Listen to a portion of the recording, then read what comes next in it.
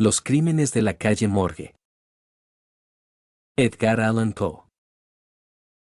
Las características de la inteligencia que suelen calificarse de analíticas son en sí mismas poco susceptibles de análisis. Solo las apreciamos a través de sus resultados. Entre otras cosas sabemos que, para aquel que las posee en alto grado, son fuente del más vivo goce. Así como el hombre robusto se complace en su destreza física y se deleita con aquellos ejercicios que reclaman la acción de sus músculos, así el analista halla su placer en esa actividad del espíritu consistente en desenredar. Goza incluso con las ocupaciones más triviales, siempre que pongan en juego su talento. Le encantan los enigmas, los acertijos, los jeroglíficos, y al solucionarlos muestra un grado de perspicacia que, para la mente ordinaria, parece sobrenatural. Sus resultados, frutos del método en su forma más esencial y profunda, tienen todo el aire de una intuición. La facultad de resolución se ve posiblemente muy vigorizada por el estudio de las matemáticas y en especial por su rama más alta, que, injustamente y tan solo a causa de sus operaciones retrógradas, se denomina análisis, como si se tratara del análisis par excellence. Calcular, sin embargo, no es en sí mismo analizar. Un jugador de ajedrez, por ejemplo, efectúa lo primero sin esforzarse en lo segundo. De ahí se sigue que el ajedrez, por lo que concierne a sus efectos sobre la naturaleza de la inteligencia, es apreciado erróneamente. No he de escribir aquí un tratado, sino que me limito a prologar un relato un tanto singular, con algunas observaciones pasajeras. Aprovecharé por eso la oportunidad para afirmar que el máximo grado de la reflexión se ve puesto a prueba por el modesto juego de damas en forma más intensa y beneficiosa que por toda la estudiada frivolidad del ajedrez. En este último, donde las piezas tienen movimientos diferentes y singulares, con varios y variables valores, lo que solo resulta complejo es equivocadamente confundido, error nada insólito, con lo profundo. Aquí se trata, sobre todo, de la atención. Si ésta cede un solo instante, se comete un descuido que da por resultado una pérdida o la derrota. Como los movimientos posibles no solo son múltiples sino intrincados, las posibilidades de descuido se multiplican y, en 9 casos de cada 10, triunfa el jugador concentrado y no el más penetrante. En las damas, por el contrario, donde hay un solo movimiento y las variaciones son mínimas, las probabilidades de inadvertencia disminuyen, lo cual deja un tanto de lado a la atención, y las ventajas obtenidas por cada uno de los adversarios provienen de una perspicacia superior. Para hablar menos abstractamente, supongamos una partida de damas en la que las piezas se reducen a 4 y donde, como es natural, no cabe esperar el menor descuido. Obvio resulta que, si los jugadores tienen fuerza pareja, solo puede decidir la victoria algún movimiento sutil, resultado de un penetrante esfuerzo intelectual. Desprovisto de los recursos ordinarios, el analista penetra en el espíritu de su oponente, se identifica con él y con frecuencia alcanza a ver de una sola ojeada el único método, a veces absurdamente sencillo, por el cual puede provocar un error o precipitar a un falso cálculo. Hace mucho que se ha reparado en el BIST por su influencia sobre lo que da en llamarse la facultad del cálculo, y hombres del más excelso intelecto se han complacido en él de manera indescriptible, dejando de lado, por frívolo, al ajedrez. Sin duda alguna, nada existe en ese orden que ponga de tal modo a prueba la facultad analítica. El mejor ajedrecista de la cristiandad no puede ser otra cosa que el mejor ajedrecista, pero la eficiencia en el BIST implica la capacidad para triunfar en todas aquellas empresas más importantes donde la mente se enfrenta con la mente.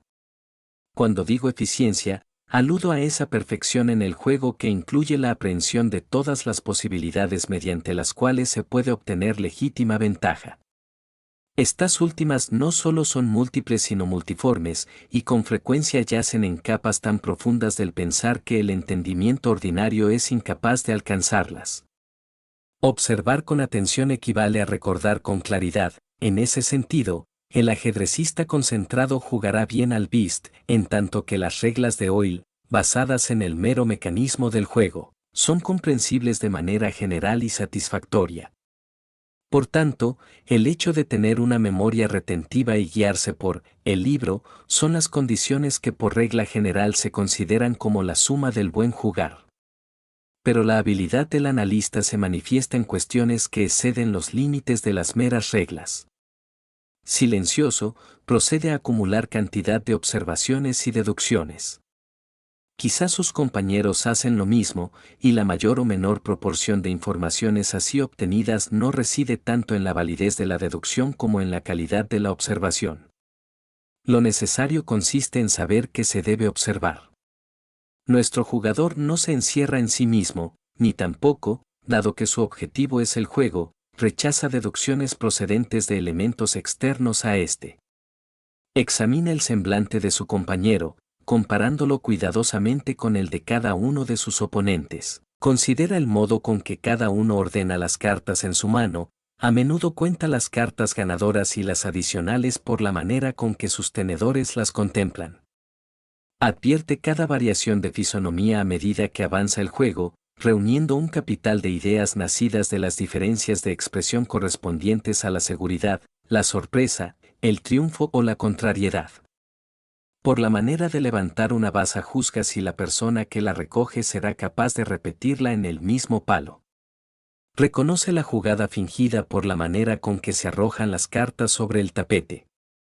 Una palabra casual o descuidada, la caída o vuelta accidental de una carta, con la consiguiente ansiedad o negligencia en el acto de ocultarla, la cuenta de las bazas, con el orden de su disposición, el embarazo, la vacilación, el apuro o el temor, todo ello proporciona a su percepción, aparentemente intuitiva, indicaciones sobre la realidad del juego. Jugadas 2 o 3 manos, conoce perfectamente las cartas de cada uno, y desde ese momento utiliza las propias con tanta precisión como si los otros jugadores hubieran dado vuelta a las suyas. El poder analítico no debe confundirse con el mero ingenio, ya que si el analista es por necesidad ingenioso, con frecuencia el hombre ingenioso se muestra notablemente incapaz de analizar.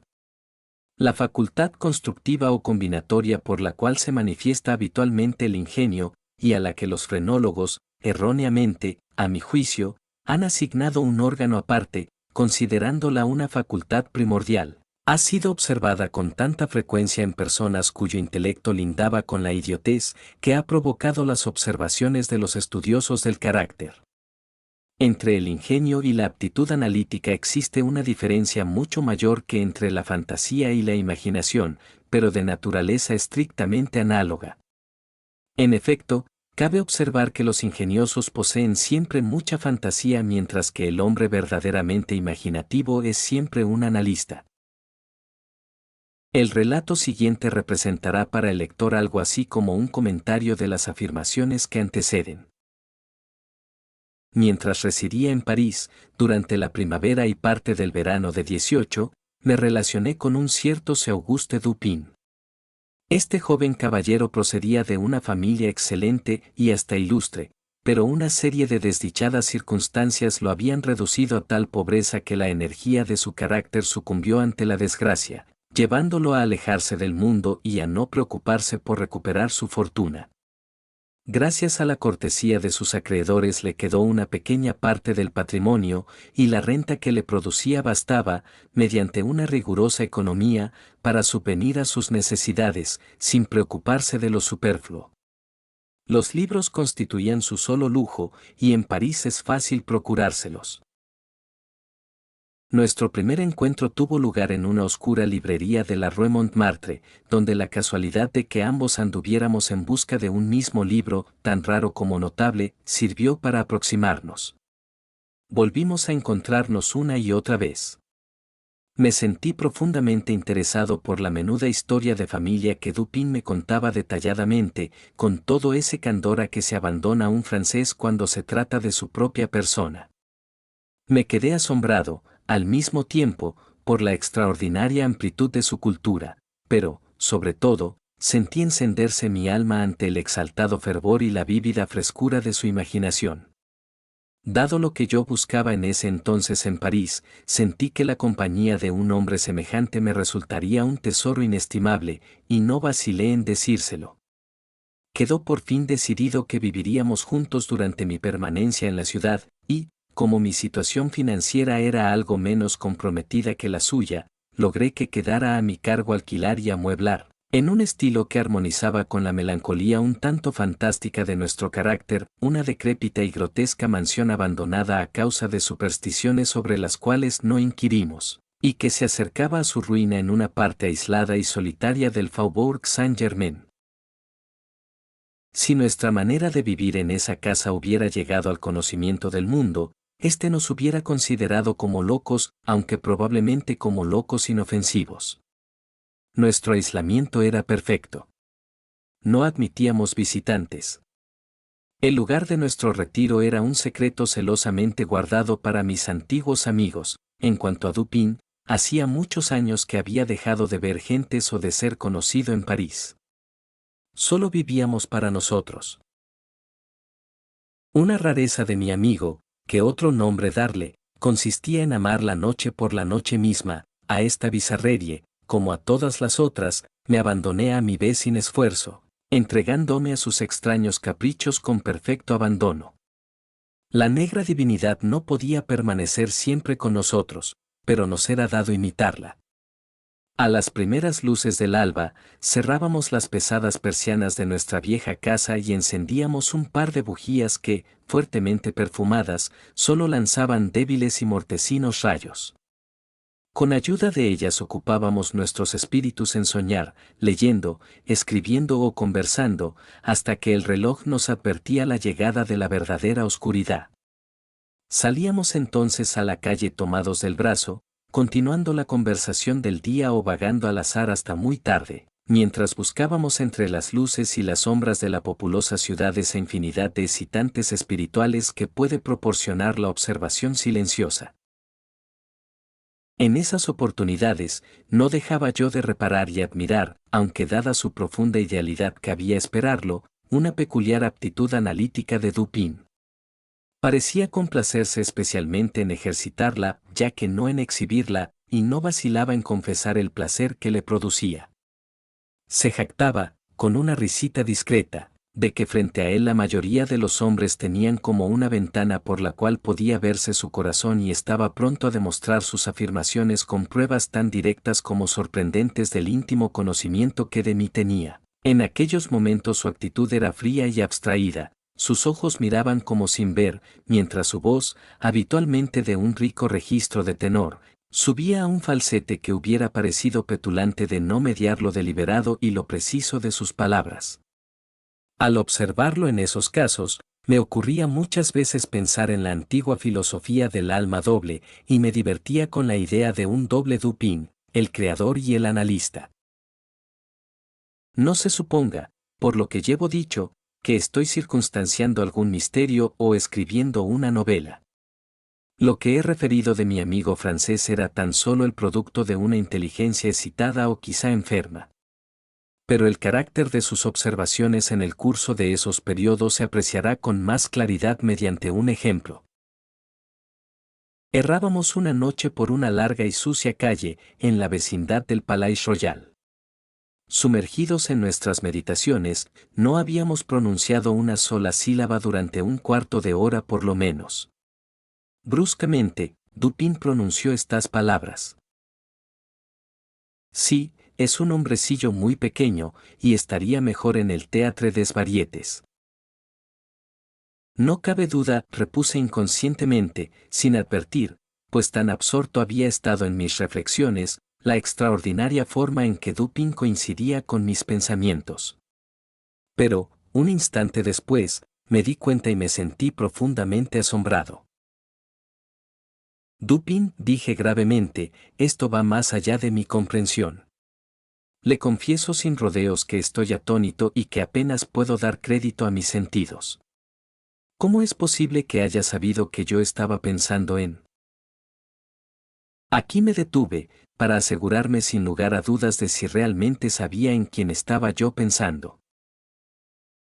En Chantilly, dijo Dupin. ¿Por qué se interrumpe? Estaba usted diciéndose que su pequeña estatura le veda los papeles trágicos. Tal era, exactamente, el tema de mis reflexiones. Chantilly era un ex remendón de la Rue Saint-Denis que, apasionado por el teatro, había encarnado el papel de Jerjes en la tragedia homónima de Crébillon, logrando tan solo que la gente se burlara de él. En nombre del cielo, exclamé, dígame cuál es el método, si es que hay un método, que le ha permitido leer en lo más profundo de mí. En realidad, me sentía aún más asombrado de lo que estaba dispuesto a reconocer. El frutero, replicó mi amigo, fue quien lo llevó a la conclusión de que el remendón de suelas no tenía estatura suficiente para Jerjes et de Gines Omne. El frutero. Me asombra usted. No conozco ningún frutero. El hombre que tropezó con usted cuando entrábamos en esta calle, hará un cuarto de hora. Recordé entonces que un frutero, que llevaba sobre la cabeza una gran cesta de manzanas, había estado a punto de derribarme accidentalmente cuando pasábamos de la Rue C, a la que recorríamos ahora. Pero me era imposible comprender que tenía eso que ver con Chantilly. Se lo explicaré, me dijo Dupin, en quien no había la menor partícula de charlatanerie, y, para que pueda comprender claramente, remontaremos primero el curso de sus reflexiones desde el momento en que le hablé hasta el de su choque con el frutero en cuestión. Los eslabones principales de la cadena son los siguientes: Chantilly, Orión, el doctor Nichols, Epicuro, la estereotomía, el pavimento, el frutero. Pocas personas hay que, en algún momento de su vida, no se hayan entretenido en remontar el curso de las ideas mediante las cuales han llegado a alguna conclusión. Con frecuencia, esta tarea está llena de interés, y aquel que la emprende se queda asombrado por la distancia aparentemente ilimitada e inconexa entre el punto de partida y el de llegada. ¿Cuál habrá sido entonces mi asombro al oír las palabras que acababa de pronunciar Dupin y reconocer que correspondían a la verdad? Si no me equivoco, continuó él, habíamos estado hablando de caballos justamente al abandonar la Rue C. Este fue nuestro último tema de conversación. Cuando cruzábamos hacia esta calle, un frutero que traía una gran canasta en la cabeza pasó rápidamente a nuestro lado y le empaló a usted contra una pila de adoquines correspondiente a un pedazo de la calle en reparación. Usted pisó una de las piedras sueltas, resbaló, torciéndose ligeramente el tobillo, mostró enojo o mal humor, murmuró algunas palabras, se volvió para mirar la pila de adoquines y siguió andando en silencio. Yo no estaba especialmente atento a sus actos, pero en los últimos tiempos la observación se ha convertido para mí en una necesidad.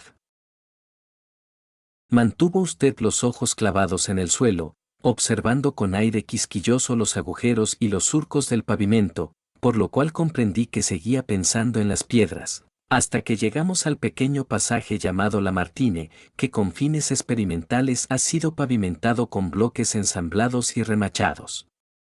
Aquí su rostro se animó y, al notar que sus labios se movían, no tuve dudas de que murmuraba la palabra estereotomía, término que se ha aplicado pretenciosamente a esta clase de pavimento. Sabía que para usted sería imposible decir estereotomía sin verse llevado a pensar en átomos y pasar de ahí a las teorías de Epicuro. Ahora bien, cuando discutimos no hace mucho este tema, recuerdo haberle hecho notar de qué curiosa manera, por lo demás desconocida, las vagas conjeturas de aquel noble griego se han visto confirmadas en la reciente cosmogonía de las nebulosas. Comprendí, por tanto, que usted no dejaría de alzar los ojos hacia la gran nebulosa de Orión, y estaba seguro de que lo haría. Efectivamente, miró usted hacia lo alto y me sentí seguro de haber seguido correctamente sus pasos hasta ese momento. Pero en la amarga crítica a Chantilly que apareció en el Musée de ayer, el escritor satírico hace algunas penosas alusiones al cambio de nombre del remendón antes de calzar los coturnos, y cita un verso latino sobre el cual hemos hablado muchas veces. Me refiero al verso: Perdidit antiquum litera prima sonum.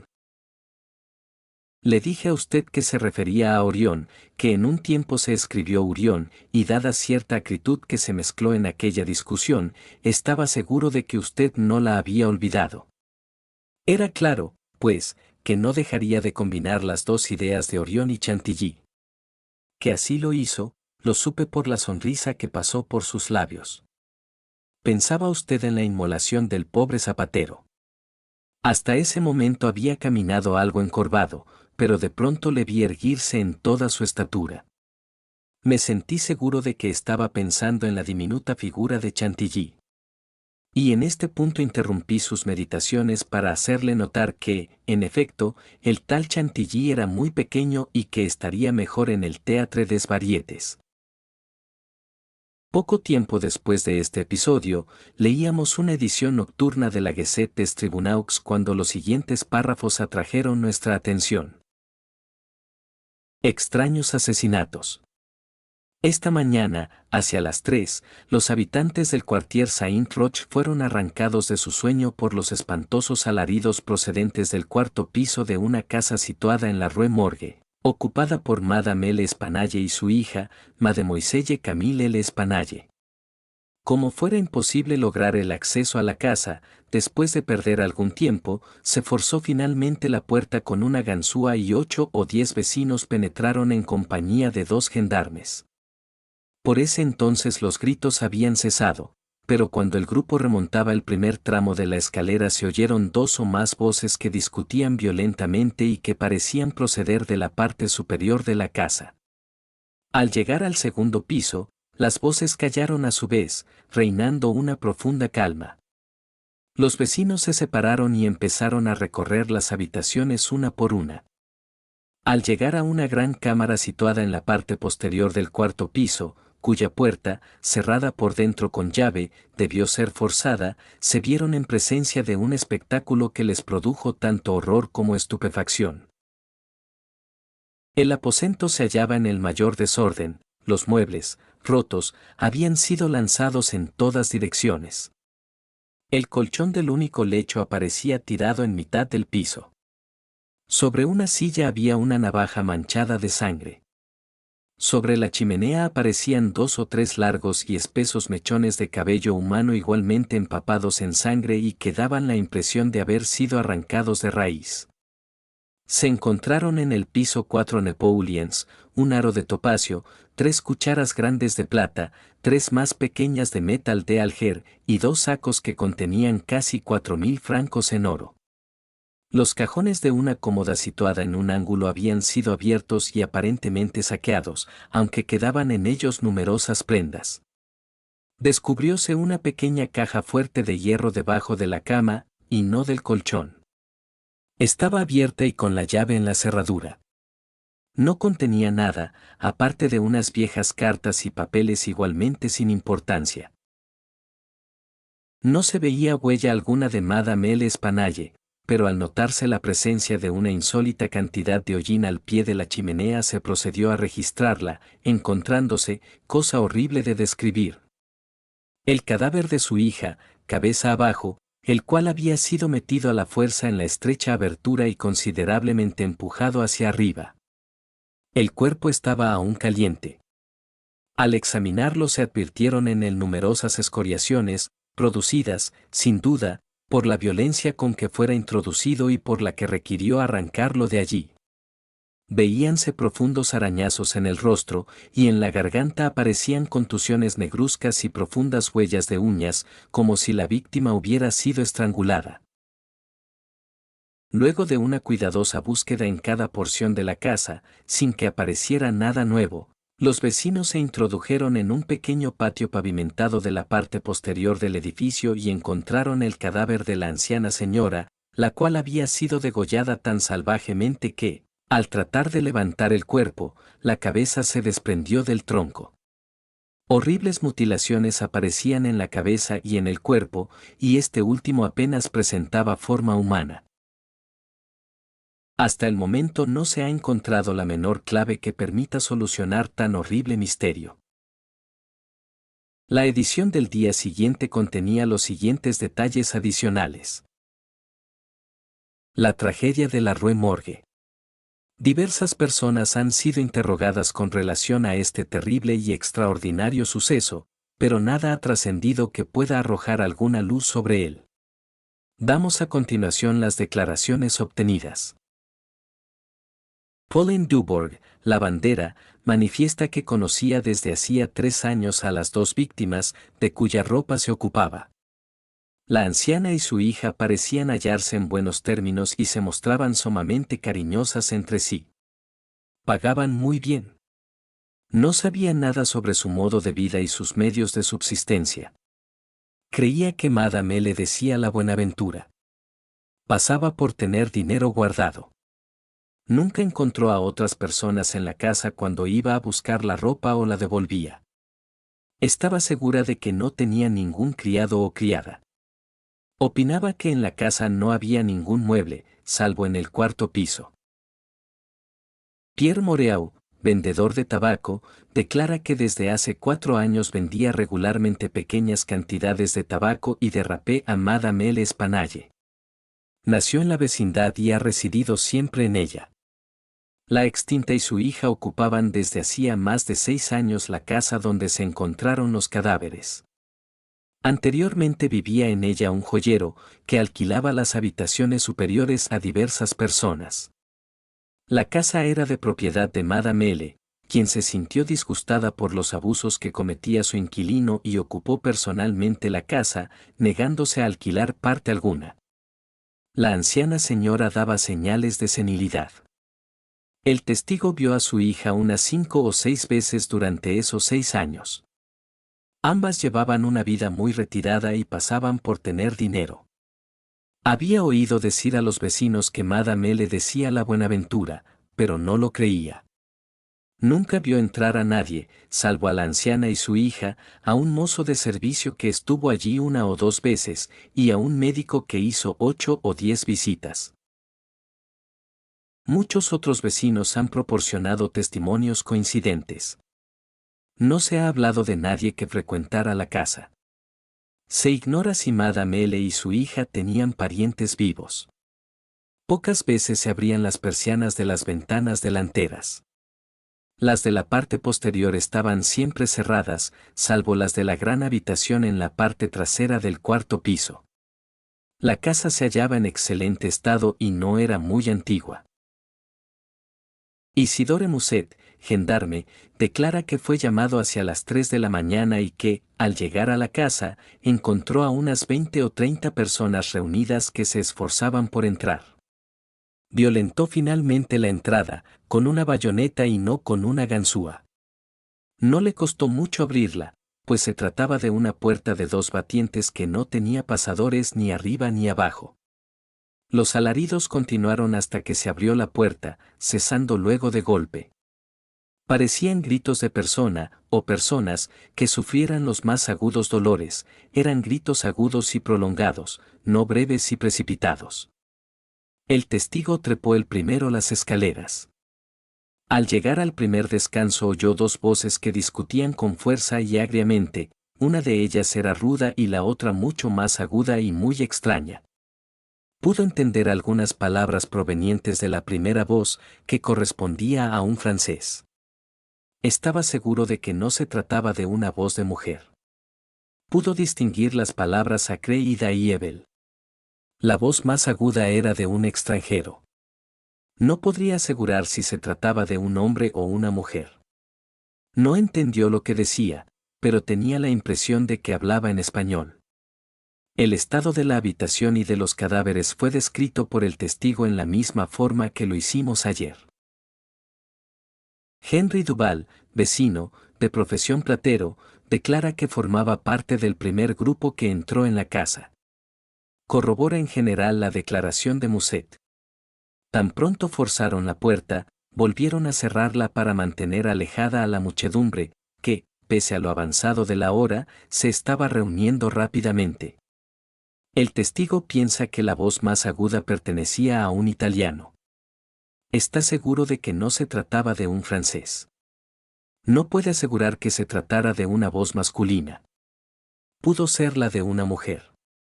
No está familiarizado con la lengua italiana. No alcanzó a distinguir las palabras, pero por la entonación está convencido de que quien hablaba era italiano. Conocía a Madame L. y a su hija. Había conversado frecuentemente con ellas. Estaba seguro de que la voz aguda no pertenecía a ninguna de las difuntas. Odenheimer, Restereter.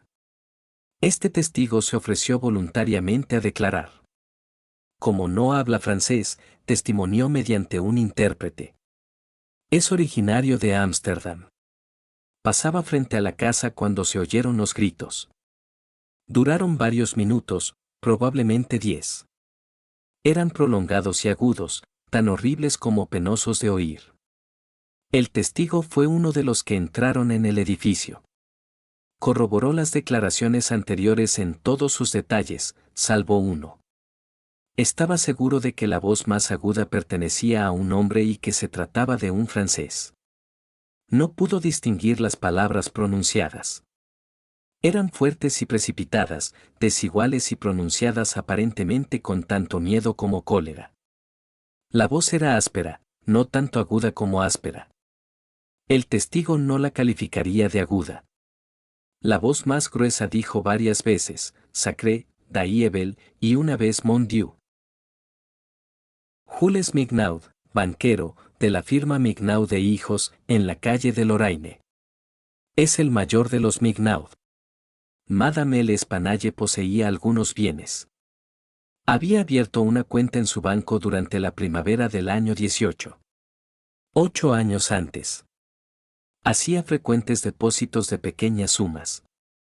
No había retirado nada hasta 3 días antes de su muerte, en que personalmente extrajo la suma de 4.000 francos. La suma le fue pagada en oro y un empleado la llevó a su domicilio. Adolphe Lebon, empleado de Mignaud e Hijos, declara que el día en cuestión acompañó hasta su residencia a Madame L. Espanaye, llevando los 4.000 francos en 2 sacos. Una vez abierta la puerta, Mademoiselle L. vino a tomar uno de los sacos, mientras la anciana señora se encargaba del otro. Por su parte, el testigo saludó y se retiró. No vio a persona alguna en la calle en ese momento. Se trata de una calle poco importante, muy solitaria. William Bird, sastre, declara que formaba parte del grupo que entró en la casa. Es de nacionalidad inglesa. Lleva 2 años de residencia en París. Fue uno de los primeros en subir las escaleras. Oyó voces que disputaban. La más ruda era la de un francés. Pudo distinguir varias palabras, pero ya no las recuerda todas. Oyó claramente, Sacré y Mon Dieu. En ese momento se oía un ruido como si varias personas estuvieran luchando, era un sonido de forcejeo, como si algo fuese arrastrado. La voz aguda era muy fuerte, mucho más que la voz ruda. Está seguro de que no se trataba de la voz de un inglés. Parecía la de un alemán. Podía ser una voz de mujer. El testigo no comprende el alemán. 4 de los testigos nombrados más arriba fueron nuevamente interrogados, declarando que la puerta del aposento donde se encontró el cadáver de Mademoiselle L. estaba cerrada por dentro cuando llegaron hasta ella. Reinaba un profundo silencio, no se escuchaban quejidos ni rumores de ninguna especie. No se vio a nadie en el momento de forzar la puerta. Las ventanas, tanto de la habitación del frente como de la trasera, estaban cerradas y firmemente aseguradas por dentro. Entre ambas habitaciones había una puerta cerrada, pero la llave no estaba echada. La puerta que comunicaba la habitación del frente con el corredor había sido cerrada con llave por dentro. Un cuarto pequeño situado en el frente del 4º piso, al comienzo del corredor, apareció abierto, con la puerta entornada. La habitación estaba llena de camas viejas, cajones y objetos por el estilo. Se procedió a revisarlos uno por uno, no se dejó sin examinar una sola pulgada de la casa. Se enviaron desollinadores para que exploraran las chimeneas. La casa tiene 4 pisos, con mansardas. Una trampa que da al techo estaba firmemente asegurada con clavos y no parece haber sido abierta durante años. Los testigos no están de acuerdo sobre el tiempo transcurrido entre el momento en que escucharon las voces que disputaban y la apertura de la puerta de la habitación. Algunos sostienen que transcurrieron 3 minutos, otros calculan 5. Costó mucho violentar la puerta. Alfonso Garcio, empresario de pompas fúnebres, habita en la Rue Morgue. Es de nacionalidad española. Formaba parte del grupo que entró en la casa. No subió las escaleras. Tiene los nervios delicados y teme las consecuencias de toda agitación. Oyó las voces que disputaban. La más ruda pertenecía a un francés. No pudo comprender lo que decía. La voz aguda era la de un inglés, está seguro de esto. No comprende el inglés, pero juzga basándose en la entonación. Alberto Montani, confitero, declara que fue de los primeros en subir las escaleras. Oyó las voces en cuestión. La voz ruda era la de un francés. Pudo distinguir varias palabras. El que hablaba parecía reprochar alguna cosa. No pudo comprender las palabras dichas por la voz más aguda, que hablaba rápida y desigualmente. Piensa que se trata de un ruso. Corrobora los testimonios restantes. Es de nacionalidad italiana. Nunca habló con un nativo de Rusia. Nuevamente interrogados, varios testigos certificaron que las chimeneas de todas las habitaciones eran demasiado angostas para admitir el paso de un ser humano. Se pasaron desollinadores, cepillos cilíndricos como los que usan los que limpian chimeneas, por todos los tubos existentes en la casa. No existe ningún pasaje en los fondos por el cual alguien hubiera podido descender mientras el grupo subía las escaleras. El cuerpo de Mademoiselle El Espanaye estaba tan firmemente encajado en la chimenea que no pudo ser extraído hasta que 4 o 5 personas unieron sus esfuerzos. Paul Dumas, médico, declara que fue llamado al amanecer para examinar los cadáveres de las víctimas. Los mismos habían sido colocados sobre el colchón del lecho correspondiente a la habitación donde se encontró a Mademoiselle L. El cuerpo de la joven aparecía lleno de contusiones y escoriaciones. El hecho de que hubiese sido metido en la chimenea bastaba para explicar tales marcas. La garganta estaba enormemente escoriada. Varios profundos arañazos aparecían debajo del mentón, conjuntamente con una serie de manchas lívidas resultantes, con toda evidencia, de la presión de unos dedos. El rostro estaba horriblemente pálido y los ojos se salían de las órbitas. La lengua parecía a medias cortada. En la región del estómago se descubrió una gran contusión, producida, aparentemente, por la presión de una rodilla.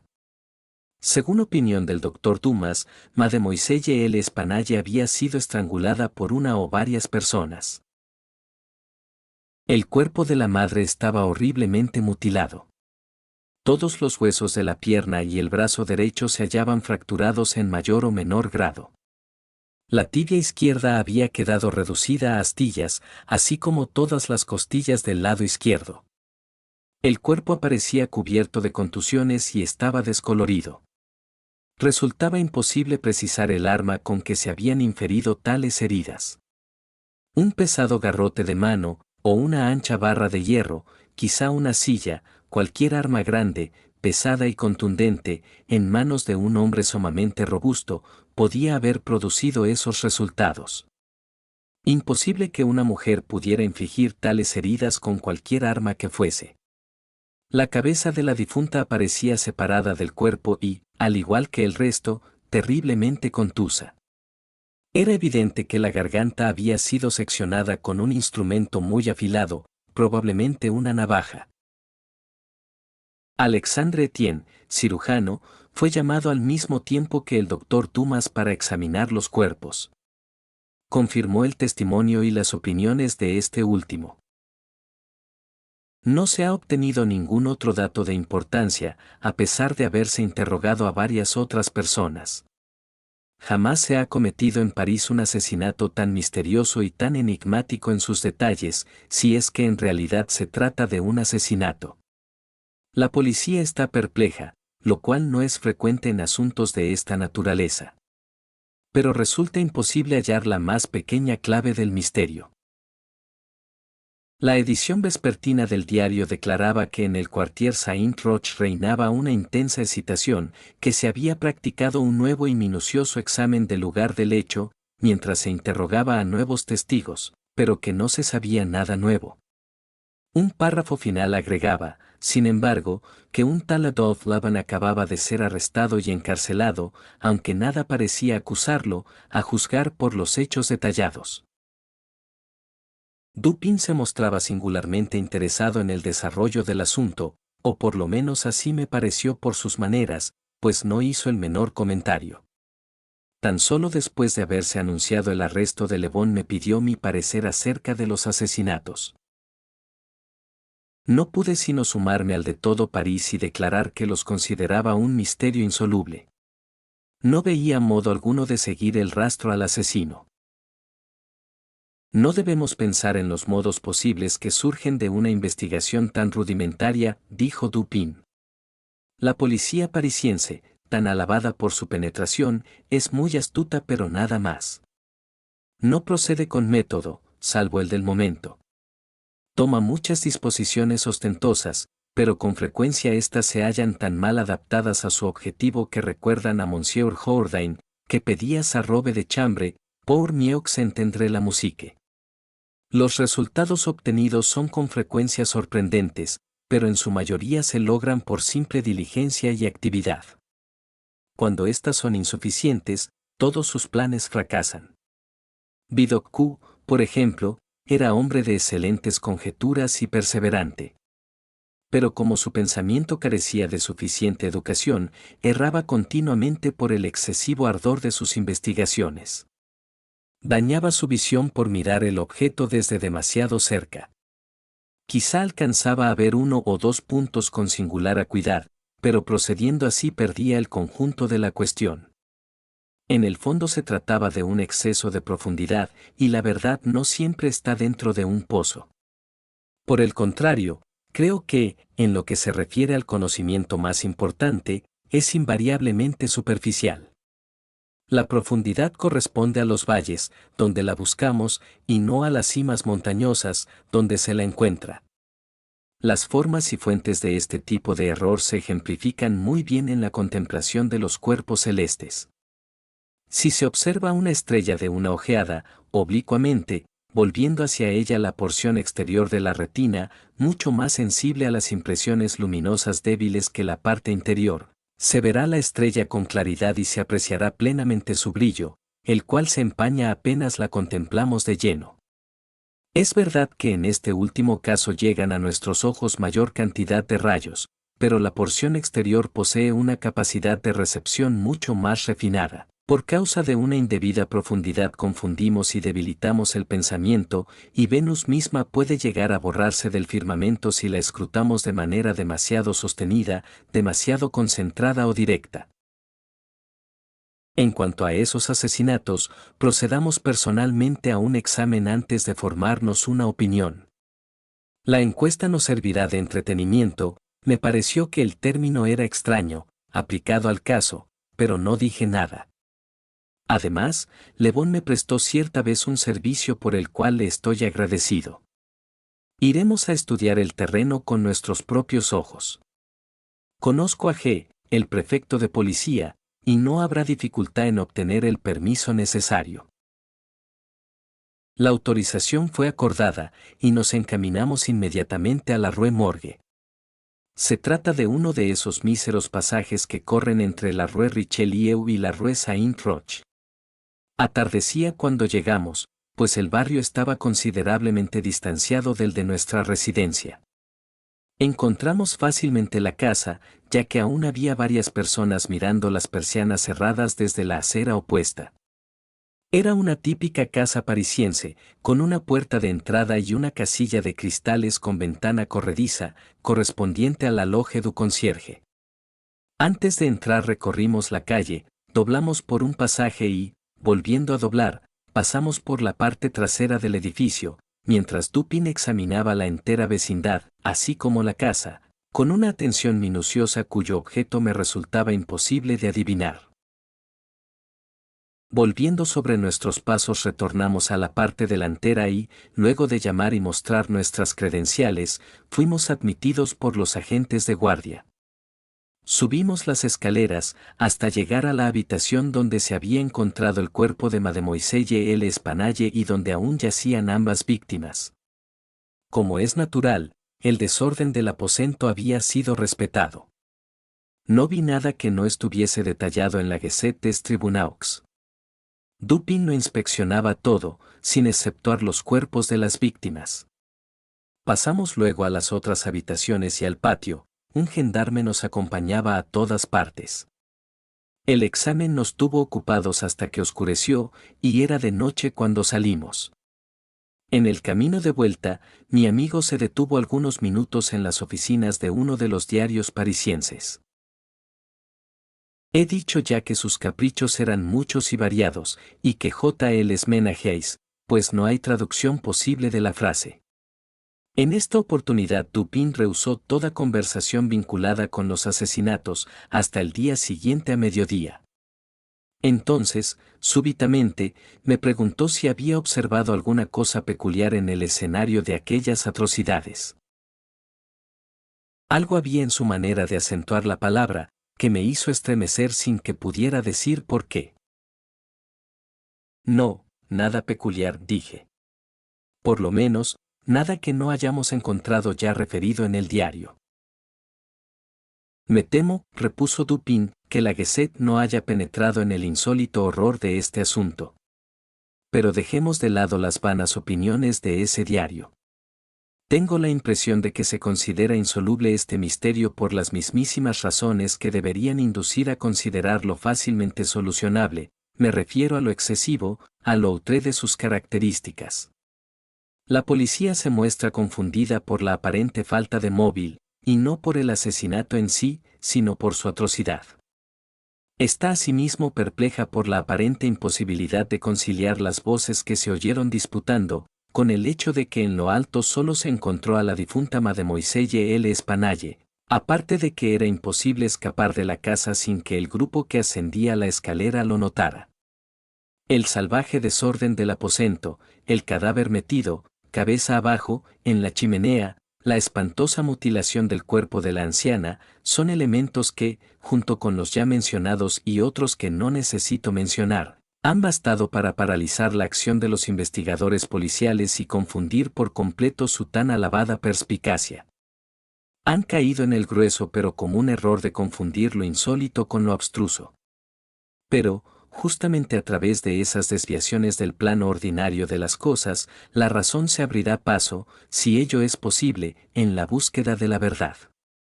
En investigaciones como la que ahora efectuamos no debería preguntarse tanto, ¿qué ha ocurrido?, como, ¿qué hay en lo ocurrido que no se parezca a nada ocurrido anteriormente?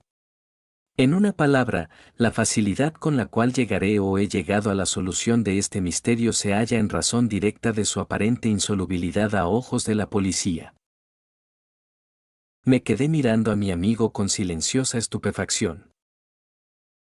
Estoy esperando ahora, continuó Dupin, mirando hacia la puerta de nuestra habitación, a alguien que, si bien no es el perpetrador de esas carnicerías, debe de haberse visto envuelto de alguna manera en su ejecución.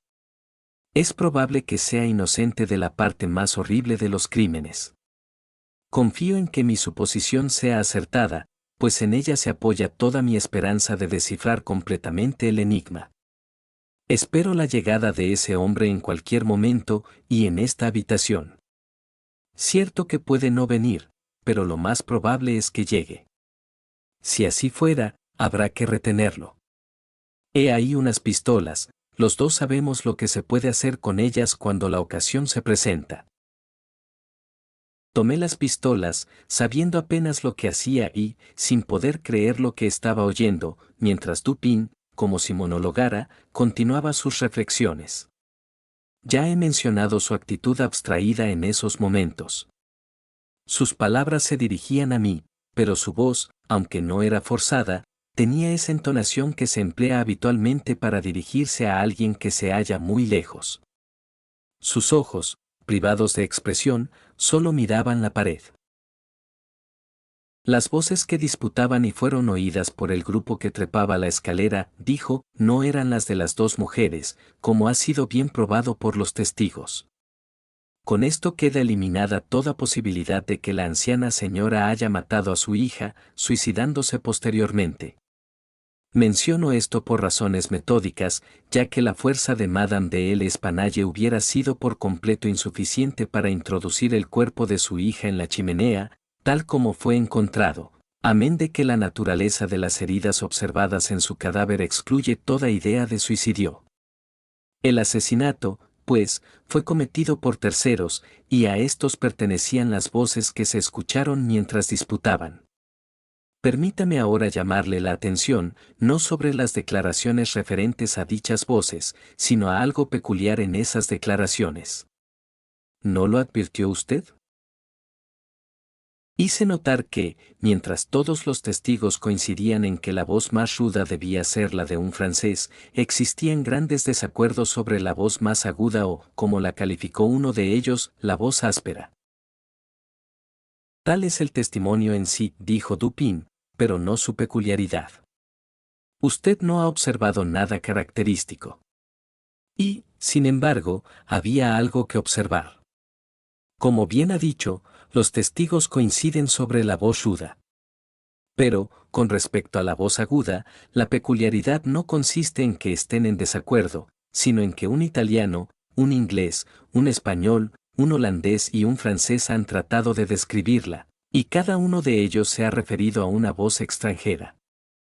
Cada uno de ellos está seguro de que no se trata de la voz de un compatriota. Cada uno la vincula, no a la voz de una persona perteneciente a una nación cuyo idioma conoce, sino a la inversa. El francés supone que es la voz de un español, y agrega que podría haber distinguido algunas palabras si hubiera sabido español. El holandés sostiene que se trata de un francés, pero nos enteramos de que como no habla francés, testimonió mediante un intérprete. El inglés piensa que se trata de la voz de un alemán, pero el testigo no comprende el alemán. El español está seguro de que se trata de un inglés, pero juzga basándose en la entonación, ya que no comprende el inglés. El italiano cree que es la voz de un ruso, pero nunca habló con un nativo de Rusia. Un segundo testigo francés difiere del primero y está seguro de que se trata de la voz de un italiano. No está familiarizado con la lengua italiana, pero al igual que el español, está convencido por la entonación. Ahora bien, cuán extrañamente insólita tiene que haber sido esa voz para que pudieran reunirse semejantes testimonios. Una voz en cuyos tonos los ciudadanos de las 5 grandes divisiones de Europa no pudieran reconocer nada familiar. Me dirá usted que podía tratarse de la voz de un asiático o un africano. Ni unos ni otros abundan en París, pero, sin negar esa posibilidad, me limitaré a llamarle la atención sobre 3 puntos. Un testigo califica la voz de áspera, más que aguda. Otros 2 señalan que era precipitada y desigual. Ninguno de los testigos se refirió a palabras reconocibles, a sonidos que parecieran palabras. No sé, continuó Dupin, la impresión que pudo haber causado hasta ahora en su entendimiento, pero no vacilo en decir que cabe extraer deducciones legítimas de esta parte del testimonio, la que se refiere a las voces ruda y aguda, suficientes para crear una sospecha que debe de orientar todos los pasos futuros de la investigación del misterio.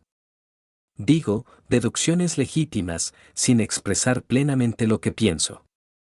Quiero dar a entender que las deducciones son las únicas que corresponden, y que la sospecha surge inevitablemente como resultado de las mismas. No le diré todavía cuál es esta sospecha. Pero tenga presente que, por lo que a mí se refiere, bastó para dar forma definida y tendencia determinada a mis investigaciones en el lugar del hecho. Transportémonos ahora con la fantasía a esa habitación. ¿Qué buscaremos en primer lugar? Los medios de evasión empleados por los asesinos. Supongo que bien puedo decir que ninguno de los dos cree en acontecimientos sobrenaturales. Madame y Mademoiselle L'Espanaye no fueron asesinadas por espíritus. Los autores del hecho eran de carne y hueso y escaparon por medios materiales. ¿Cómo, pues? Afortunadamente, solo hay una manera de razonar sobre este punto, y esa manera debe conducirnos a una conclusión definida. Examinemos uno por uno los posibles medios de escape. Resulta evidente que los asesinos se hallaban en el cuarto donde se encontró a Mademoiselle L'Espanaye, o por lo menos en la pieza contigua, en momentos en que el grupo subía las escaleras.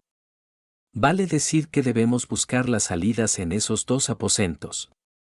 La policía ha levantado los pisos, los techos y la mampostería de las paredes en todas direcciones. Ninguna salida secreta pudo escapar a sus observaciones. Pero como no me fío de sus ojos, miré el lugar con los míos. Efectivamente, no había salidas secretas. Las dos puertas que comunican las habitaciones con el corredor estaban bien cerradas, con las llaves por dentro.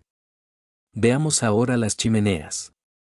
Aunque de diámetro ordinario en los primeros 8 o 10 pies por encima de los hogares, los tubos no permitirían más arriba el paso del cuerpo de un gato grande.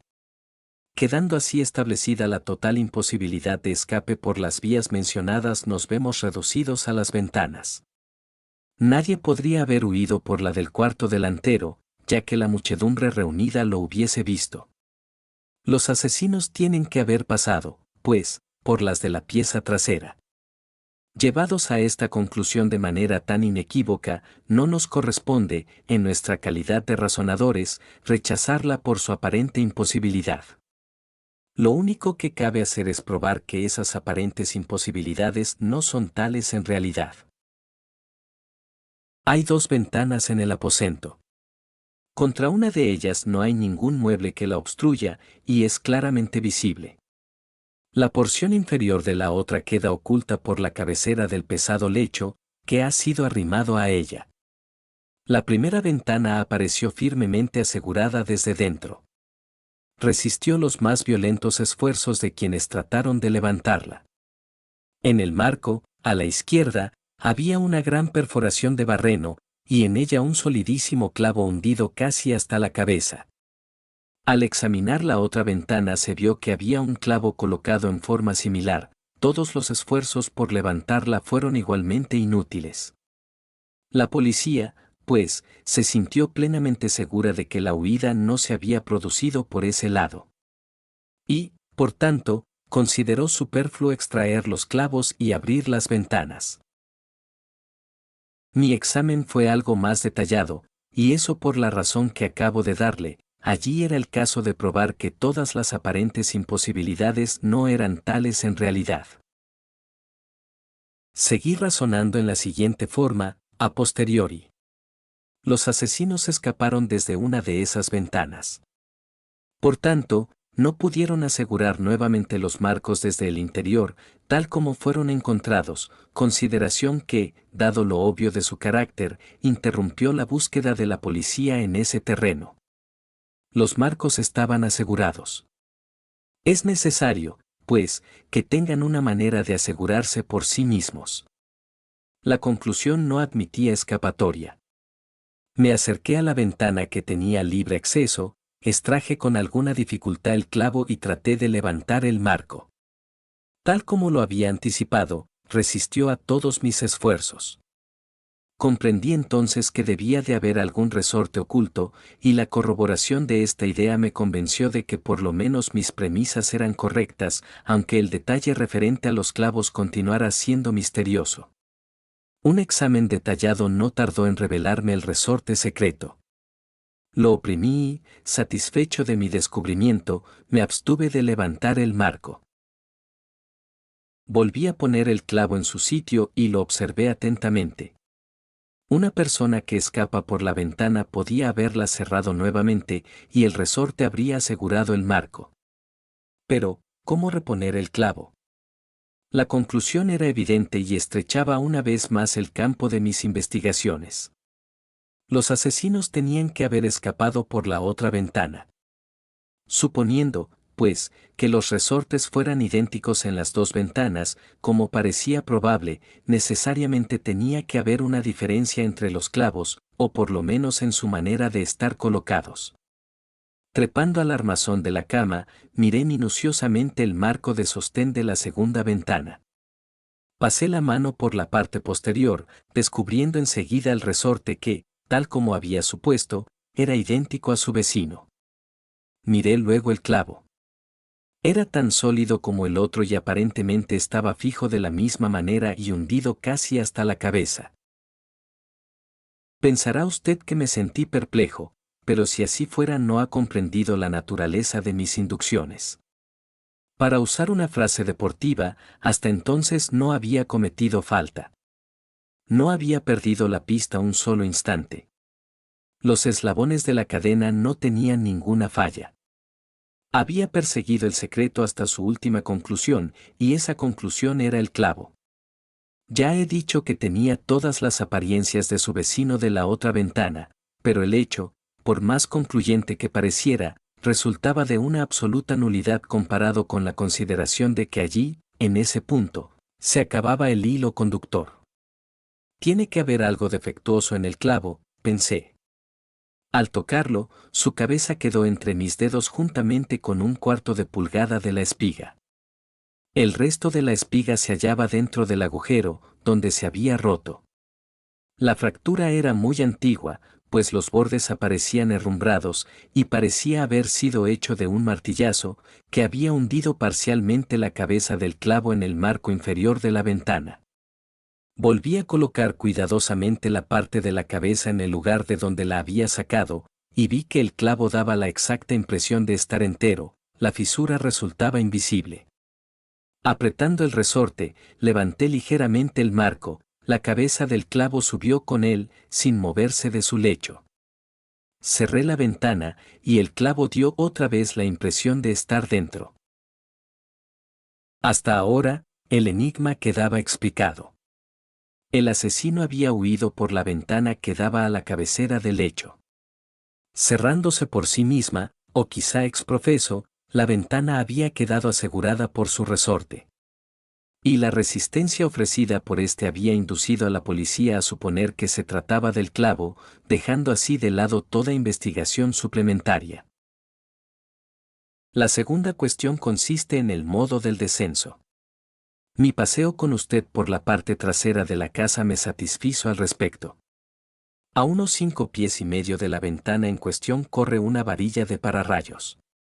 Desde esa varilla hubiera resultado imposible alcanzar la ventana y mucho menos introducirse por ella. Observé, sin embargo, que las persianas del cuarto piso pertenecen a esa curiosa especie que los carpinteros parisienses denominan ferrades, es un tipo rara vez empleado en la actualidad, pero que se ve con frecuencia en casas muy viejas de Lyon y Bordeaux. Se las fabrica como una puerta ordinaria, de una sola hoja, y no de doble batiente, con la diferencia de que la parte inferior tiene celosías o tablillas que ofrecen excelente asidero para las manos. En este caso las persianas alcanzan un ancho de 3 pies y medio. Cuando las vimos desde la parte posterior de la casa, ambas estaban entornadas, es decir, en ángulo recto con relación a la pared. Es probable que también los policías hayan examinado los fondos del edificio, pero, si así lo hicieron, miraron las ferrades en el ángulo indicado, sin darse cuenta de su gran anchura, por lo menos no la tomaron en cuenta. Sin duda, seguros de que por esa parte era imposible toda fuga, se limitaron a un examen muy sumario. Para mí, sin embargo, era claro que si se abría del todo la persiana correspondiente a la ventana situada sobre el lecho, su borde quedaría a unos 2 pies de la varilla del pararrayos. También era evidente que, desplegando tanta agilidad como coraje, se podía llegar hasta la ventana trepando por la varilla. Estirándose hasta una distancia de 2 pies y medio, ya que suponemos la persiana enteramente abierta, un ladrón habría podido sujetarse firmemente de las tablillas de la celosía, abandonando entonces su sostén en la varilla, afirmando los pies en la pared y lanzándose vigorosamente hacia adelante habría podido hacer girar la persiana hasta que se cerrara, Si suponemos que la ventana estaba abierta en este momento, habría logrado entrar así en la habitación. Le pido que tenga especialmente en cuenta que me refiero a un insólito grado de vigor, capaz de llevar a cabo una hazaña tan azarosa y difícil. Mi intención consiste en demostrarle, primeramente, que el hecho pudo ser llevado a cabo, pero, en segundo lugar, y muy especialmente, insisto en llamar su atención sobre el carácter extraordinario, casi sobrenatural, de ese vigor capaz de cosa semejante. Usando términos judiciales, usted me dirá sin duda que para redondear mi caso, debería subestimar y no poner de tal modo en evidencia la agilidad que se requiere para dicha proeza. Pero la práctica de los tribunales no es la de la razón. Mi objetivo final es tan solo la verdad. Y mi propósito inmediato consiste en inducirlo a que justaponga la insólita agilidad que he mencionado a esa voz tan extrañamente aguda, o áspera, y desigual sobre cuya nacionalidad no pudieron ponerse de acuerdo los testigos y en cuyos acentos no se logró distinguir ningún vocablo articulado. Al oír estas palabras pasó por mi mente una vaga e informe concepción de lo que quería significar Dupin. Me pareció estar a punto de entender, pero sin llegar a la comprensión, así como a veces nos hallamos a punto de recordar algo que finalmente no se concreta. Pero mi amigo seguía hablando. Habrá notado usted, dijo, que he pasado de la cuestión de la salida de la casa a la del modo de entrar en ella. Era mi intención mostrar que ambas cosas se cumplieron en la misma forma y en el mismo lugar. Volvamos ahora al interior del cuarto y examinemos lo que allí aparece. Se ha dicho que los cajones de la cómoda habían sido saqueados, aunque quedaron en ellos numerosas prendas. Esta conclusión es absurda. No pasa de una simple conjetura, bastante tonta por lo demás. ¿Cómo podemos asegurar que las ropas halladas en los cajones no eran las que éstos contenían habitualmente? Madame L'Espanaye y su hija llevaban una vida muy retirada, no veían a nadie, salían raras veces, y pocas ocasiones se les presentaban de cambiar de tocado. Lo que se encontró en los cajones era de tan buena calidad como cualquiera de los efectos que poseían las damas. Si un ladrón se llevó una parte, ¿por qué no tomó lo mejor? ¿Por qué no se llevó todo? En una palabra, ¿por qué abandonó 4.000 francos en oro, para cargarse con un hato de ropa? El oro fue abandonado. La suma mencionada por Monsieur Mignaud, el banquero, apareció en su casi totalidad en los sacos tirados por el suelo. Le pido, por tanto, que descarte de sus pensamientos la desatinada idea de un móvil, nacida en el cerebro de los policías por esa parte del testimonio que se refiere al dinero entregado en la puerta de la casa.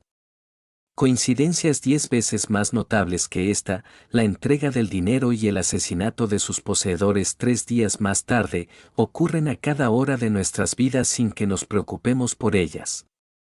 En general, las coincidencias son grandes obstáculos en el camino de esos pensadores que todo lo ignoran de la teoría de las probabilidades, esa teoría a la cual los objetivos más eminentes de la investigación humana deben los más altos ejemplos. En esta instancia, si el oro hubiese sido robado, el hecho de que la suma hubiese sido entregada 3 días antes habría constituido algo más que una coincidencia, antes bien, hubiera corroborado la noción de un móvil. Pero, dadas las verdaderas circunstancias del caso, si hemos de suponer que el oro era el móvil del crimen, tenemos entonces que admitir que su perpetrador era lo bastante indeciso y lo bastante estúpido como para olvidar el oro y el móvil al mismo tiempo. Teniendo, pues, presentes los puntos sobre los cuales he llamado su atención, la voz singular, la insólita agilidad y la sorprendente falta de móvil en un asesinato tan atroz como este, echemos una ojeada a la carnicería en sí. Estamos ante una mujer estrangulada por la presión de unas manos e introducida en el cañón de la chimenea con la cabeza hacia abajo. Los asesinos ordinarios no emplean semejantes métodos. Y mucho menos esconden al asesinado en esa forma. En el hecho de introducir el cadáver en la chimenea admitirá usted que hay algo excesivamente inmoderado, algo por completo inconciliable con nuestras nociones sobre los actos humanos, incluso si suponemos que su autor es el más depravado de los hombres. Piense, asimismo, en la fuerza prodigiosa que hizo falta para introducir el cuerpo hacia arriba, cuando para hacerlo descender fue necesario el concurso de varias personas. Volvámonos ahora a las restantes señales que pudo dejar ese maravilloso vigor. En el hogar de la chimenea se hallaron espesos, muy espesos, mechones de cabello humano canoso. Habían sido arrancados de raíz. Bien sabe usted la fuerza que se requiere para arrancar en esa forma 20 o 30 cabellos. Y además vio los mechones en cuestión tan bien como yo. Sus raíces, cosa horrible, mostraban pedazos del cuero cabelludo, prueba evidente de la prodigiosa fuerza ejercida para arrancar quizá 500,000 de cabellos de un tirón. La garganta de la anciana señora no solamente estaba cortada, sino que la cabeza había quedado completamente separada del cuerpo. El instrumento era una simple navaja. Lo invito a considerar la brutal ferocidad de estas acciones. No diré nada de las contusiones que presentaba el cuerpo de Madame L'Espanaye. Monsieur Dumas y su valioso ayudante, Monsieur Etienne, han decidido que fueron producidas por un instrumento contundente, y hasta ahí la opinión de dichos caballeros es muy correcta. El instrumento contundente fue evidentemente el pavimento de piedra del patio, sobre el cual cayó la víctima desde la ventana que da sobre la cama. Por simple que sea, esto escapó a la policía por la misma razón que se les escapó el ancho de las persianas. Frente a la presencia de clavos se quedaron ciegos ante la posibilidad de que las ventanas hubieran sido abiertas alguna vez. Si ahora, en adición a estas cosas, ha reflexionado usted adecuadamente sobre el extraño desorden del aposento, hemos llegado al punto de poder combinar las nociones de una asombrosa agilidad, una fuerza sobrehumana, una ferocidad brutal, una carnicería sin motivo, una grotesquería en el horror por completo ajeno a lo humano, y una voz de tono extranjero para los oídos de hombres de distintas nacionalidades y privada de todo silabeo inteligible. ¿Qué resultado obtenemos? ¿Qué impresión he producido en su imaginación? Al escuchar las preguntas de Dupin sentí que un estremecimiento recorría mi cuerpo. Un maníaco es el autor del crimen, dije. Un loco furioso escapado de alguna maison de santé de la vecindad. En cierto sentido, dijo Dupin, su idea no es inaplicable. Pero, aun en sus más salvajes paroxismos, las voces de los locos jamás coinciden con esa extraña voz escuchada en lo alto.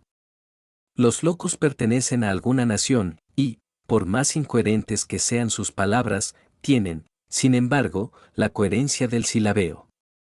Además, el cabello de un loco no es como el que ahora tengo en la mano. Arranqué este pequeño mechón de entre los dedos rígidamente apretados de Madame L'Espanaye. ¿Puede decirme qué piensa de ellos? Dupin, este cabello es absolutamente extraordinario. No es cabello humano, grité, trastornado por completo.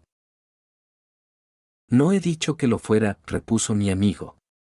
Pero antes de que resolvamos este punto, le ruego que mire el bosquejo que he trazado en este papel. Es un facsímil de lo que en una parte de las declaraciones de los testigos se describió como contusiones negruzcas y profundas huellas de uñas en la garganta de Mademoiselle L'Espanaye, y en otra, declaración de los señores Dumas y Etienne, como una serie de manchas lívidas que, evidentemente, resultaban de la presión de unos dedos. Notará usted, continuó mi amigo, mientras desplegaba el papel, que este diseño indica una presión firme y fija. No hay señal alguna de deslizamiento. Cada dedo mantuvo, probablemente hasta la muerte de la víctima, su terrible presión en el sitio donde se hundió primero. Le ruego ahora que trate de colocar todos sus dedos a la vez en las respectivas impresiones, tal como aparecen en el dibujo. Lo intenté sin el menor resultado. Quizá no estemos procediendo debidamente, dijo Dupin. El papel es una superficie plana, mientras que la garganta humana es cilíndrica. He aquí un rodillo de madera, cuya circunferencia es aproximadamente la de una garganta. Envuélvala con el dibujo y repita el experimento. Así lo hice, pero las dificultades eran aún mayores. Esta marca, dije, no es la de una mano humana. Lea ahora, replicó Dupin, este pasaje de Cuvier. Era una minuciosa descripción anatómica y descriptiva del gran orangután leonado de las islas de la India Oriental. La gigantesca estatura, la prodigiosa fuerza y agilidad, la terrible ferocidad y las tendencias imitativas de estos mamíferos son bien conocidas. Instantáneamente comprendí todo el horror del asesinato. La descripción de los dedos, dije al terminar la lectura, concuerda exactamente con este dibujo. Solo un orangután, entre todos los animales existentes, es capaz de producir las marcas que aparecen en su diseño. Y el mechón de pelo coincide en un todo con el pelaje de la bestia descrita por Cuvier. De todas maneras, no alcanzo a comprender los detalles de este aterrador misterio. Además, se escucharon dos voces que disputaban y una de ellas era, sin duda, la de un francés. Cierto, y recordará usted que, casi unánimemente, los testigos declararon haber oído decir a esa voz las palabras, Mon Dieu. Dadas las circunstancias, uno de los testigos, Montani, el confitero, acertó al sostener que la exclamación tenía un tono de reproche o reconvención. Sobre esas dos palabras, pues, he apoyado todas mis esperanzas de una solución total del enigma. Un francés estuvo al tanto del asesinato. Es posible, e incluso muy probable, que fuera inocente de toda participación en el sangriento episodio. El orangután pudo habérsele escapado. Quizás siguió sus huellas hasta la habitación, pero, dadas las terribles circunstancias que se sucedieron, le fue imposible capturarlo otra vez. El animal anda todavía suelto. No continuaré con estas conjeturas, pues no tengo derecho a darles otro nombre, ya que las sombras de reflexión que les sirven de base poseen apenas suficiente profundidad para ser alcanzadas por mi intelecto, y no pretenderé mostrarlas con claridad a la inteligencia de otra persona. Las llamaremos conjeturas, pues, y nos referiremos a ellas como tales. Si el francés en cuestión es, como lo supongo, inocente de tal atrocidad, este aviso que dejé anoche cuando volvíamos a casa en las oficinas de Le Monde, un diario consagrado a cuestiones marítimas y muy leído por los navegantes, lo hará acudir a nuestra casa. Me alcanzó un papel, donde leí: capturado. En el Bois de Boulogne, en la mañana del asesinato, se ha capturado un gran orangután leonado de la especie de Borneo. Su dueño, de quien se sabe que es un marinero perteneciente a un barco maltés, puede reclamarlo, previa identificación satisfactoria y pago de los gastos resultantes de su captura y cuidado. Presentarse al número, calle Faubourg Saint-Germain, tercer piso. Pero, ¿cómo es posible, pregunté, que sepa usted que el hombre es un marinero y que pertenece a un barco maltés? No lo sé, dijo Dupin, y no estoy seguro de ello. Pero he aquí un trocito de cinta que, a juzgar por su forma y su gracienta condición, debió de ser usado para atar el pelo en una de esas largas queues de que tan orgullosos se muestran los marineros. Además, el nudo pertenece a esa clase que pocas personas son capaces de hacer, salvo los marinos, y es característico de los malteses. Encontré esta cinta al pie de la varilla del pararrayos. Imposible que perteneciera a una de las víctimas. De todos modos, si me equivoco al deducir de la cinta que el francés era un marinero perteneciente a un barco maltés, no he causado ningún daño al estamparlo en el aviso. Si me equivoco, el hombre pensará que me he confundido por alguna razón que no se tomará el trabajo de averiguar. Pero si estoy en lo cierto, hay mucho de ganado.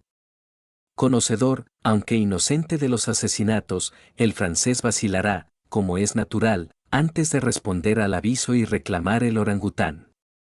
He aquí cómo razonará: soy inocente y pobre, mi orangután es muy valioso y para un hombre como yo representa una verdadera fortuna. ¿Por qué perderlo a causa de una tonta aprensión? Está ahí, a mi alcance. Lo han encontrado en el Bois de Boulogne, a mucha distancia de la escena del crimen. ¿Cómo podría sospechar alguien que ese animal es el culpable? La policía está desorientada y no ha podido encontrar la más pequeña huella. Si llegaran a seguir la pista del mono, les será imposible probar que supe algo de los crímenes o echarme alguna culpa como testigo de ellos. Además, soy conocido. El redactor del aviso me designa como dueño del animal. Ignoro hasta dónde llega su conocimiento. Si renuncio a reclamar algo de tanto valor, que se sabe de mi pertenencia, las sospechas recaerán, por lo menos, sobre el animal. Contestaré al aviso, recobraré el orangután y lo tendré encerrado hasta que no se hable más del asunto. En ese momento oímos pasos en la escalera. «Prepare las pistolas», dijo Dupin, «pero no las use ni las exhiba hasta que le haga una seña». La puerta de entrada de la casa había quedado abierta y el visitante había entrado sin llamar, subiendo algunos peldaños de la escalera. Pero, de pronto, pareció vacilar y lo oímos bajar. Dupin corría ya a la puerta cuando advertimos que volvía a subir. Esta vez no vaciló, sino que, luego de trepar decididamente la escalera, golpeó en nuestra puerta. «Adelante», dijo Dupin con voz cordial y alegre. El hombre que entró era, con toda evidencia, un marino, alto, robusto y musculoso, con un semblante en el que cierta expresión audaz no resultaba desagradable. Su rostro, muy atezado, aparecía en gran parte oculto por las patillas y los bigotes. Traía consigo un grueso bastón de roble, pero al parecer esa era su única arma. Inclinóse torpemente, dándonos las buenas noches en francés. A pesar de un cierto acento suizo de Neufchâtel, se veía que era de origen parisiense. «Siéntese usted, amigo mío», dijo Dupin. «Supongo que viene en busca del orangután. Palabra, se lo envidio un poco, es un magnífico animal, que presumo debe de tener gran valor. ¿Qué edad le calcula usted?» El marinero respiró profundamente, con el aire de quien se siente aliviado de un peso intolerable, y contestó con tono reposado. «No podría decirlo, pero no tiene más de 4 o 5 años. ¿Lo guarda usted aquí?» «Oh, no. Carecemos de lugar adecuado. Está en una caballeriza de la Rue du Bourg, cerca de aquí. ¿Podría usted llevárselo mañana por la mañana? Supongo que estará en condiciones de probar su derecho de propiedad». «Por supuesto que sí, señor». «Lamentaré separarme de él», dijo Dupin. «No quisiera que usted se hubiese molestado por nada», declaró el marinero. «Estoy dispuesto a pagar una recompensa por el hallazgo del animal. Una suma razonable, se entiende». «Pues bien», repuso mi amigo, «eso me parece muy justo. Déjeme pensar, ¿qué le pediré?» «Ah, ya sé.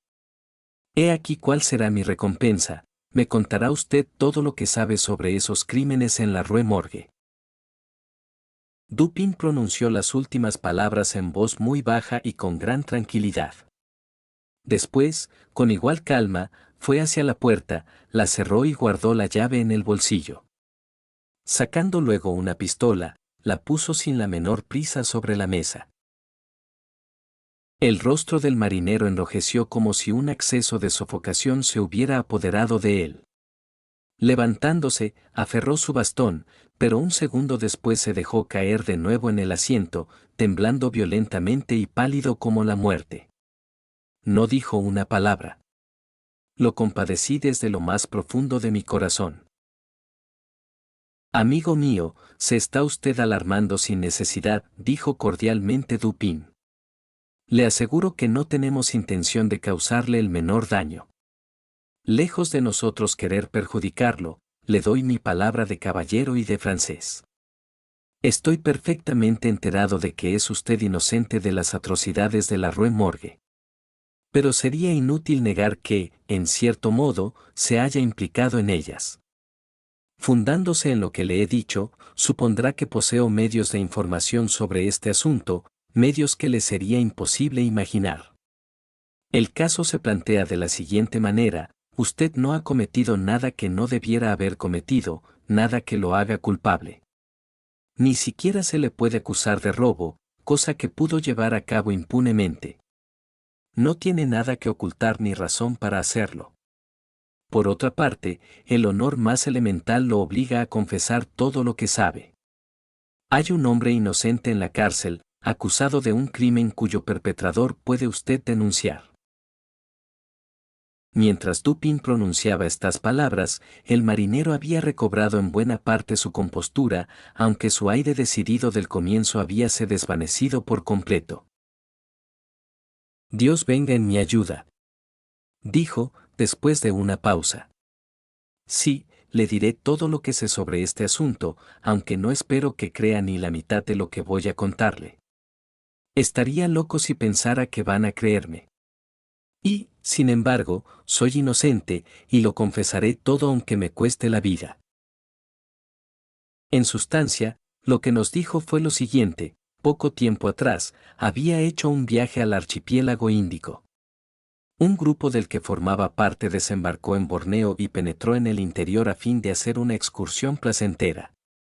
Entre él y un compañero capturaron al orangután. Como su compañero falleciera, quedó dueño único del animal. Después de considerables dificultades, ocasionadas por la indomable ferocidad de su cautivo durante el viaje de vuelta, logró finalmente encerrarlo en su casa de París, donde, para aislarlo de la incómoda curiosidad de sus vecinos, lo mantenía cuidadosamente recluido, mientras el animal curaba de una herida en la pata que se había hecho con una astilla a bordo del buque. Una vez curado, el marinero estaba dispuesto a venderlo. Una noche, o más bien una madrugada, en que volvía de una pequeña juerga de marineros, nuestro hombre se encontró con que el orangután había penetrado en su dormitorio, luego de escaparse de la habitación contigua donde su captor había creído tenerlo sólidamente encerrado. Navaja en mano y embadurnado de jabón, habíase sentado frente a un espejo y trataba de afeitarse, tal como, sin duda, había visto hacer a su amo espiándolo por el ojo de la cerradura. Aterrado al ver arma tan peligrosa en manos de un animal que, en su ferocidad, era harto capaz de utilizarla, el marinero se quedó un instante sin saber qué hacer. Por lo regular, lograba contener al animal, aun en sus arrebatos más terribles, con ayuda de un látigo, y pensó acudir otra vez a ese recurso. Pero al verlo, el orangután se lanzó de un salto a la puerta, bajó las escaleras y, desde ellas, saltando por una ventana que desgraciadamente estaba abierta, se dejó caer a la calle. Desesperado, el francés se precipitó en su seguimiento. Navaja en mano, el mono se detenía para mirar y hacer muecas a su perseguidor, dejándolo acercarse casi hasta su lado. Entonces echaba a correr otra vez. Siguió así la caza durante largo tiempo.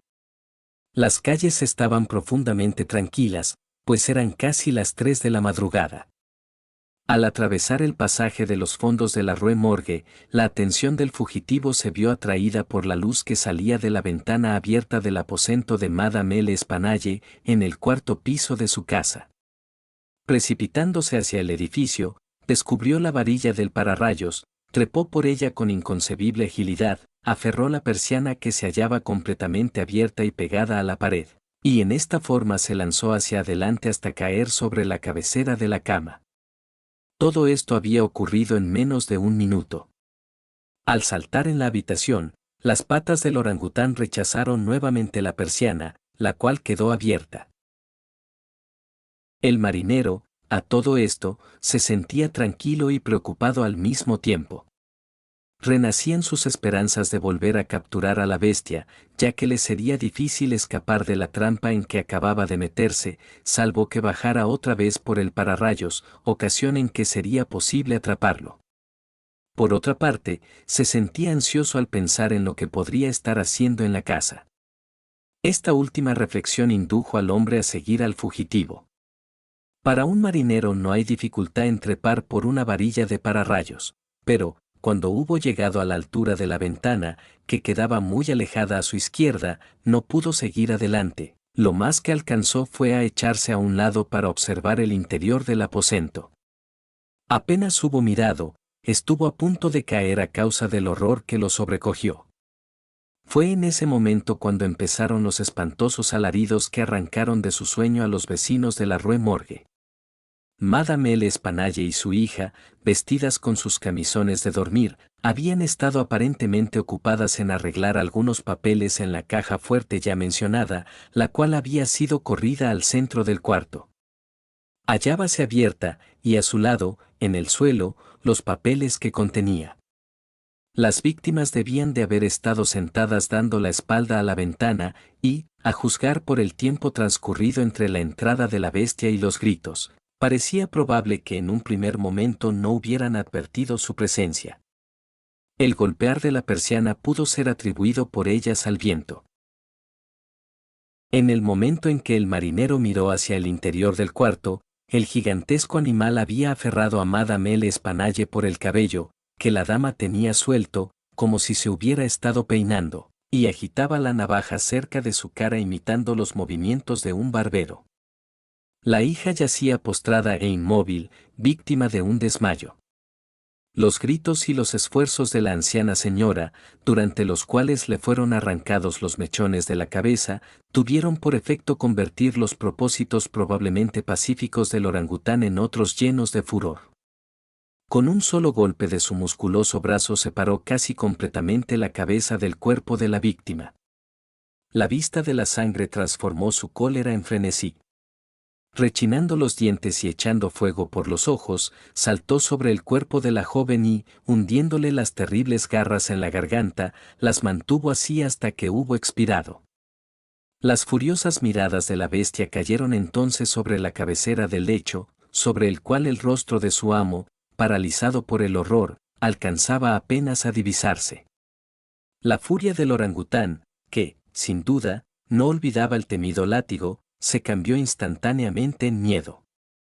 Seguro de haber merecido un castigo, pareció deseoso de ocultar sus sangrientas acciones y se lanzó por el cuarto lleno de nerviosa agitación, echando abajo y rompiendo los muebles a cada salto y arrancando el lecho de su bastidor.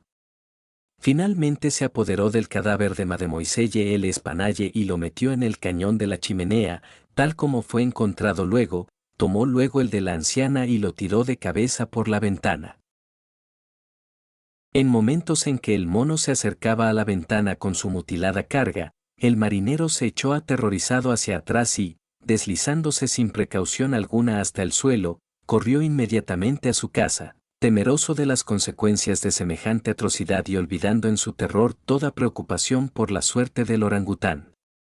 Las palabras que los testigos oyeron en la escalera fueron las exclamaciones de espanto del francés, mezcladas con los diabólicos sonidos que profería la bestia. Poco me queda por agregar. El orangután debió de escapar por la varilla del pararrayos un segundo antes de que la puerta fuera forzada. Sin duda, cerró la ventana a su paso. Más tarde fue capturado por su mismo dueño, quien lo vendió al jardín Desplantes en una elevada suma. Le Bon fue puesto en libertad inmediatamente después que hubimos narrado todas las circunstancias del caso, con algunos comentarios por parte de Dupin en el buró del prefecto de policía. Este funcionario, aunque muy bien dispuesto hacia mi amigo, no pudo ocultar del todo el fastidio que le producía el giro que había tomado el asunto, y deslizó uno o dos sarcasmos sobre la conveniencia de que cada uno se ocupara de sus propios asuntos. Déjelo usted hablar, me dijo Dupin, que no se había molestado en replicarle. Deje que se desahogue, eso aliviará su conciencia. Me doy por satisfecho con haberlo derrotado en su propio terreno. De todos modos, el hecho de que haya fracasado en la solución del misterio no es ninguna razón para asombrarse. En verdad, nuestro amigo el prefecto es demasiado astuto para ser profundo. No hay fibra en su ciencia, mucha cabeza y nada de cuerpo, como las imágenes de la diosa Laverna, o, a lo sumo, mucha cabeza y lomos, como un bacalao. Pero después de todo es un buen hombre. Lo estimo especialmente por cierta forma maestra de gazmoñería a la cual debe su reputación. Me refiero a la manera que tiene de nier CX est, et, explicar CXN est paz. Fin.